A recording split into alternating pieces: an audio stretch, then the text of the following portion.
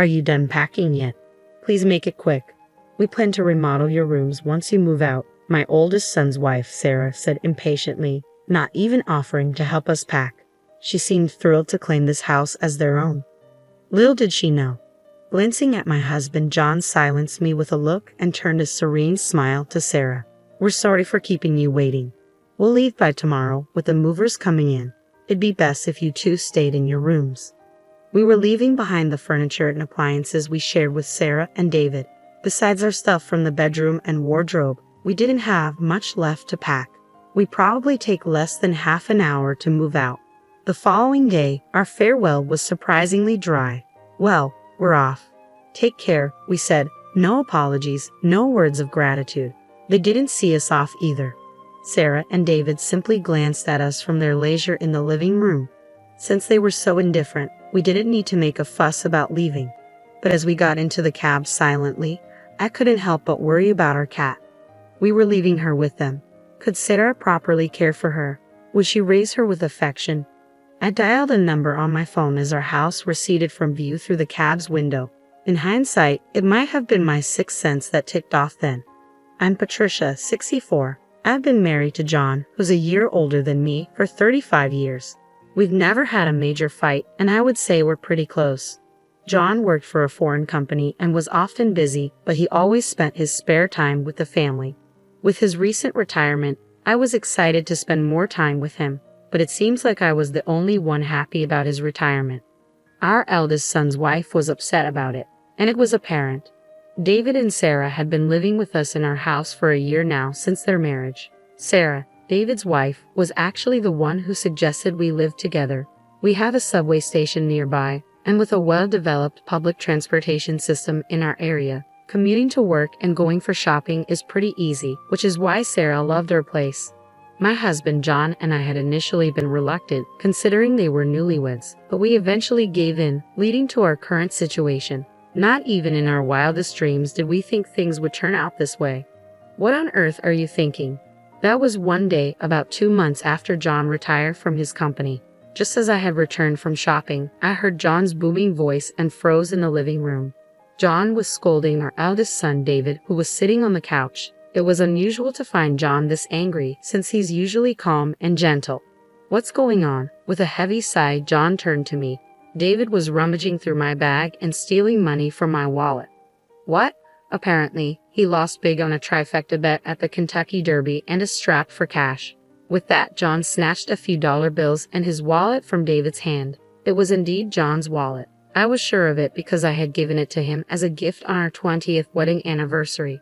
The fact that David was holding the wallet and money was undeniable proof that what John said was true. David, didn't you quit wagering on horses? You lost big before and swore you'd never do it again. So why? Whether he heard me or not, David just continued to watch TV without responding. Ever since he was a child, he would often ignore us when we lectured him or talked about something that didn't interest him. There were times that he didn't remember the things I've told him verbally. This time was no different, and it seemed my pleas had no effect. However, even without an answer from David, I had a hunch about why he had started betting on horse racing again. Oh, it must be Sarah. David never cared about horse racing to begin with. He would never stoop so low as to take money from someone else's wallet, and he had never committed any crime like shoplifting. If I asked what caused such a drastic change in David, who was a hard-working office worker, I would answer without a doubt. It was meeting Sarah. Sarah is a bright and active woman. When we were first introduced to her, I hoped she would help bring David, who was introverted, out of his shell. But back then, I never knew about her hobby, that she was a huge fan of horse racing, and that her sense of spending is completely off-kilter. You heard your mother talking, so why don't you at least say something? Said my frustrated husband as he turned off the TV.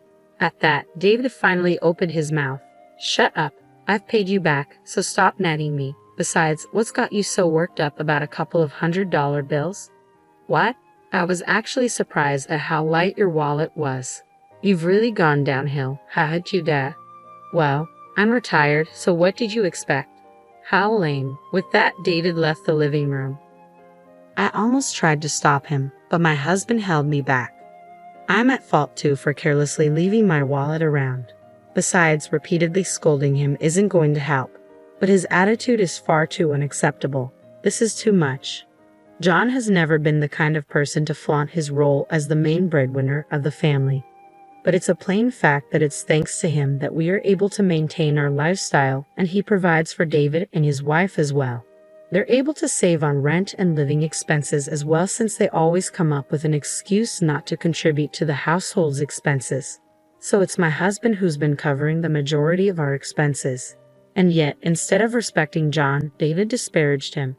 David's comments were unacceptable, but I was also enraged with his wife for introducing him to gambling. A few days later, still feeling uneasy, I decided to ask David's wife directly. It seems like David is struggling with money lately. Do you know anything about it? Oh, he apparently took a big hit at the Kentucky Derby. You knew about it? Yeah, after all, I was the one who suggested we go together, she admitted. Just as I thought, sure enough, David had been drawn back into horse racing by Sarah. Why would you do such a thing? David was trying to quit horse racing, I interjected. Is that so? I had no idea. Please, Sarah, I'm begging you not to invite David to the horse races anymore. If this keeps up, won't you be in trouble too? Well, we each have our own earnings and we're just doing what we like, so I have no problem with it, she replied nonchalantly. I was taken aback by her reply. Certainly, both David and Sarah, as a couple, were earning their own money and could spend it on whatever, as long as they had food, rent, and clothing covered. But you two are a married couple, right? You might even have kids in the future. For their sake as well, we've decided not to have children. We don't want to give up the things we love just to be tied down raising a kid, she revealed. I was shocked again by her response. There was too much information to process all at once, but in a way, it made sense. Having children would require them to have more savings by tens of thousands of dollars, which is probably why they could be so careless with money. But even without children, a married couple is still a married couple. But as a couple, you should support each other when in trouble, right? David is in trouble right now. Well, why don't you, Patricia, and the rest of the family help him out? You're his parents and well off, right? Oh, are you living off your pension now? But you had your retirement fund, didn't you? My husband worked for a foreign company, so we don't have a retirement fund. Really? That's a bummer, she remarked casually. I thought you had a nice retirement payout. We don't, so I need you and David as a couple to be more financially responsible. To be honest, the living expenses are already quite a burden, and we can't afford to cover for you guys anymore. Isn't that David's fault for losing? I can't take responsibility for that. But anyway, we can't right now. I was unable to secure a promise to support David and found myself ejected from David and Sarah's room. A week passed, and David's financial problems remained unsolved. Was he so desperate that he had to pilfer money from his parents' wallet? Shouldn't we help him before he resorts to illegal activity? I discussed it over and over with my husband John, but in the end, this was the result of us spoiling him in the past. John convinced me that we needed to be firm this time for his future's sake, and I had to agree. We were providing him breakfast and dinner, and he had a pass for commuting to work. The goal was simply to have him make it until his next paycheck, but then the situation took an unexpected turn. It happened on a weekend night as we finished our dinner and were relaxing in the living room as usual. Ding dong. Our doorbell rang, but we weren't expecting any visitors. So I approached the front door to see who was visiting us this late at night. I opened the door, wondering if I had a package scheduled for delivery, only to be taken aback. Standing there was Sarah, apparently unable to open the door as her hands were full with a cardboard box. What's going on? What's this box for? As I hurriedly took the box from her, a rustling sound echoed from within, causing me to let out a scream. In an instant, the box opened, and I found myself face to face with the animal inside. It was a cat. Isn't it cute? I found it abandoned on my way home, Sarah said with a proud grin. I was momentarily stunned, but I quickly remembered the gravity of the situation and yelled toward the living room, "John, go to her bedroom and shut the door immediately." I then closed the box and pushed it back towards Sarah. "I'm sorry, but we can't keep a cat in our house." "Ha, why is that?" Sarah looked confused. I explained to her that my husband, John, has a severe cat allergy. In addition to developing inflammation upon contact with cat saliva, he also suffers asthma-like symptoms when inhaling cat hair or dander. There was even a time in the past when he was rushed to the hospital because David had returned from a friend's house covered in fur. I thought I had already told Sarah about this when we started living together, but she seemed to have forgotten. So, what are you saying? Do you want me to take it back where I found it? In this cold weather, it'll die. Sarah's statement left me at a loss for words. I couldn't possibly tell her to return it to the freezing cold outside. However, I can't expose my husband to danger either. All right, you can keep it in your room for tonight, but just for tonight. Tomorrow, we'll contact an animal shelter and ask them to take it in. I thought that, at the very least, an animal shelter would provide temporary refuge for the cat. Sarah reluctantly nodded in agreement to my suggestion. I told my husband and son about it, and they agreed to let the cat stay in John and Sarah's room for the night. However, things didn't go as smoothly as expected the next morning. John and Sarah changed their minds and decided to keep the cat. Sarah, that's not what we agreed on. But I really want to keep it. It's so cute. Why can't I keep it? Because your dad is allergic to cats. He'll be fine as long as he doesn't touch it. We'll take good care of it, please. You won't be home during work, right? Who will take care of it then? I can't, which is why I'm telling you that we can't keep it. How terrible. I didn't know that even you can be so inconsiderate, unable to even save a small and cute kitten. Animal shelters, they end up euthanizing them, you know? Handing it over to such a place just because it's inconvenient for you, turning a blind eye to the sacrifice. Do you know what they call people like you? A boomer. Why? You're just a nuisance. If you can't live with this kitten, then please leave this house immediately, Sarah snapped. I was about to snap back at her, but David chimed in. It's a good opportunity. Why don't you guys move into a retirement home? It might be comfortable. You're at that age and we're not taking care of you guys. You guys aren't even bringing in any income anymore. I've had enough. Fine. Suddenly, my husband, who had been silently listening to our argument, interrupted me. Since last night's incident, he'd been wearing gloves and a mask and keeping a distance from David and his wife. I felt sorry for making him uncomfortable in his own home. The reason we can't keep the cat is my fault. I will take your advice and leave, John said. As David said, this might be a good opportunity to consider moving into a retirement home. Saying that, John looked at me. Understanding his intentions, I remained silent. David and his wife probably took this as us giving up on our house. They suddenly became more cocky. We'll take good care of this house, so don't worry. But keep the property under your name. The paperwork and payments are a pain. Moving into a retirement home can be quite expensive, you know. Please handle yourselves. Don't rely on us. We aren't helping, they said, seeming relieved, even joyful, at our compliance. This must be their true nature. Perhaps they picked up that kitten on purpose, hoping for this to happen. I realized that we had been manipulated by Sarah. For the following week, I began packing while looking out for John. David and his wife, who had lost all reserve, continued to throw veiled insults at us. But they probably realized that if John collapsed, our move out would only get delayed. So they did not let the cat out of their room. That was the only promise they kept. Are you done packing yet? Please make it quick. We plan to remodel your rooms once you move out, Sarah said impatiently, not even offering to help us pack. It seemed they couldn't wait to make this house their own. They really don't know anything, do they? I glanced at my husband, but he silently calmed me down and gave a gentle smile to Sarah. We're sorry for keeping you two waiting. We'll leave by tomorrow, the movers coming in. It'd be best if you two stay in your rooms, he said. We were leaving the furniture and appliances that we shared with Sarah and David behind. Besides our stuff from the bedroom and wardrobe, we didn't have much left to pack. I bet it won't even take 30 minutes to move everything out. And came the next day. Our farewell was surprisingly dry. Well, we're off, I said. All right, take care, Sarah replied. No apologies, no words of gratitude. And they didn't see us off either. Sarah and David simply glanced at us from their leisure in the living room. Since they were so indifferent, we didn't need to make a fuss about leaving.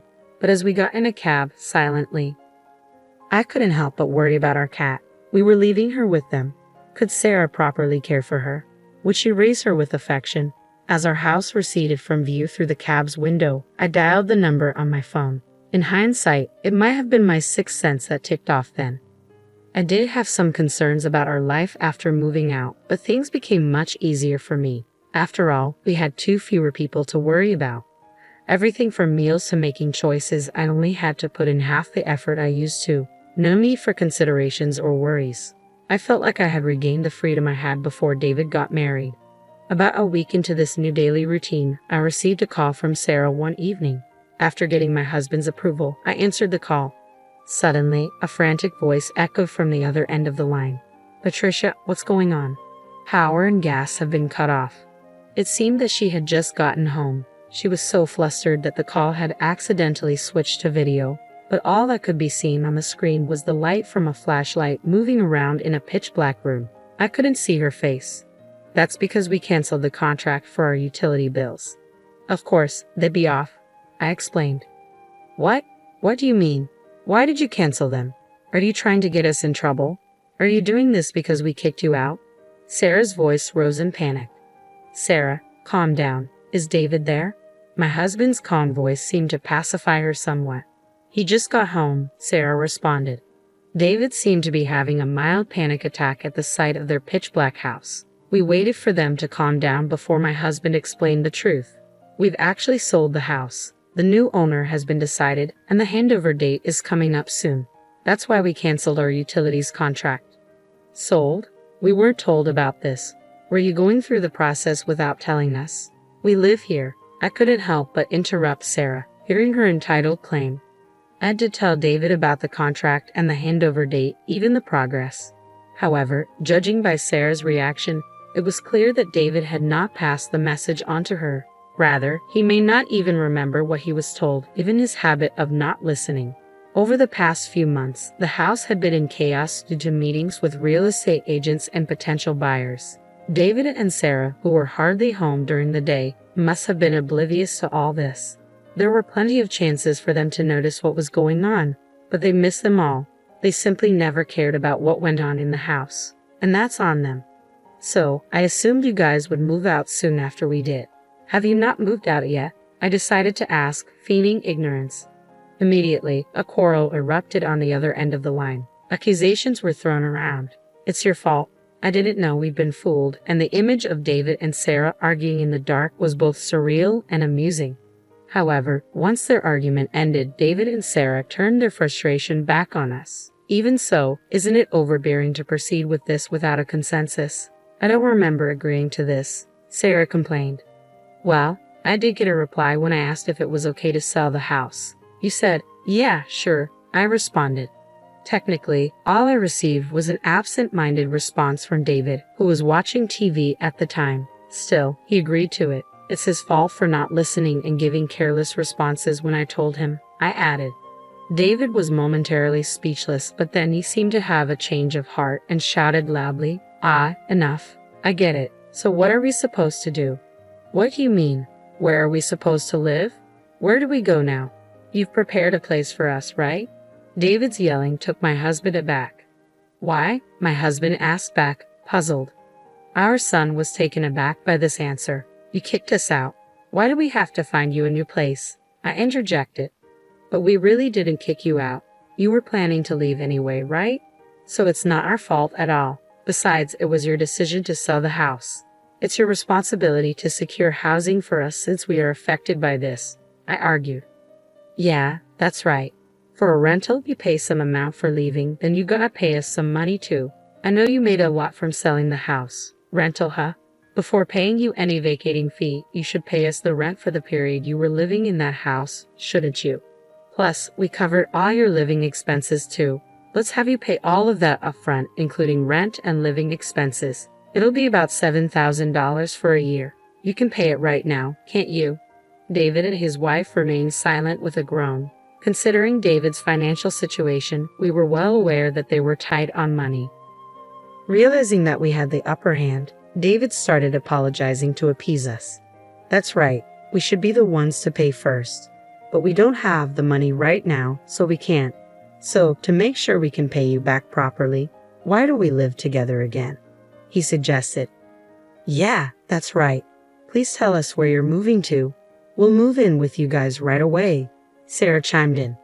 I sneered at them. "No, we can't live with a cat. Wasn't that the reason you kicked us out? We'll get rid of the cat right away, they offered, their selfishness evident. Feeling deeply sorry for the cat at their excessively selfish words, I refused. No, we can't live with a cat. Wasn't that the reason you kicked us out?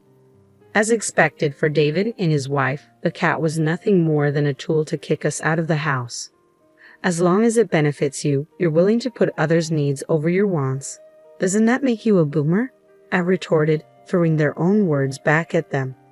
Sarah started to cry, but we had no obligation to be swayed by their tears. Besides, the place we moved into is an apartment for the elderly, so young people like you can't live there. You're the ones who suggested it, remember? I reminded them. After talking over them, I hung up. All I could hear from the phone was David and Sarah crying. In the end, we never heard an apology from them. Soon after that, the young couple left the house. Apparently, they had no savings and they both declared bankruptcy. Now, they live in public housing. When we returned to the house once for cleaning before handing it over, we were able to hear about David and Sarah from our friendly neighbor's wife. According to her, they had quite a hard time packing in a house without electricity, and as expected, they left the cat behind when they moved. Fortunately, I had asked the neighbor's wife to take care of the cat in advance, and she agreed. I offered to help her find a new owner for the cat, but she grew attached and decided to keep it. What was surprising was that David and his wife didn't get divorced. Those two were probably meant for each other. They might be eyeing my husband's inheritance, but we picked a pretty nice apartment. By the time we pass away, there will be hardly anything left. Finally, we were able to start living our life together as a couple without any interruption. The senior housing where we moved in has excellent services, with a gym, karaoke, and a pool. We even get served freshly made meals 3 times a day. And above all, there are many couples our age in the building. We have made a lot of new friends here, and we plan to enjoy our retirement years together.